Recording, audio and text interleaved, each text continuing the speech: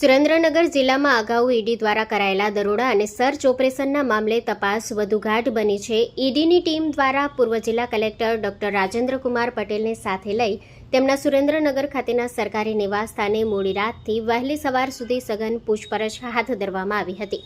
પ્રાપ્ત વિગતો મુજબ ઈડીની કુલ 3 ટીમો દ્વારા એકસાથે તપાસ શરૂ કરવામાં આવી હતી, જેના કારણે સમગ્ર વિસ્તારમાં તપાસનો ધમધમાટ જોવા મળ્યો હતો.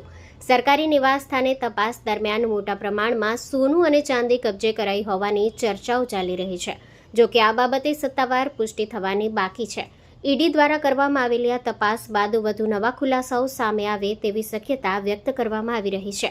ઉલ્લેખનીય છે કે અગાઉ ઈડીની રેડ બાદ સુરેન્દ્રનગર એસીબી કચેરી ખાતે જિલ્લા કલેક્ટર ડોક્ટર રાજેન્દ્રકુમાર પટેલ, નાયબ મામલતદાર ચંદ્રસિંહ મોરી, કલેક્ટરના પીએ જયરાજસિંહ ઝાલા તથા ક્લાર્ક મયુરસિંહ ગોહિલ સામે અપ્રમાણસર મિલકત અંગે ગુનો નોંધવામાં આવ્યો હતો. મોટાપાયે જમીન કૌભાંડ મામલે ઈડી દ્વારા ગત તારીખ 23 ડિસેમ્બરના રોજ સુરેન્દ્રનગરમાં દરોડા પાડવામાં આવ્યા હતા, જેના અનુસંધાને હાલની કાર્યવાહી કરવામાં આવી રહી છે. સમગ્ર મામલે રાજકીય અને વહીવટી વર્તુળોમાં ભારે ચર્ચા જોર પકડી રહી છે. Story report by Minhas Malik, Surendranagar.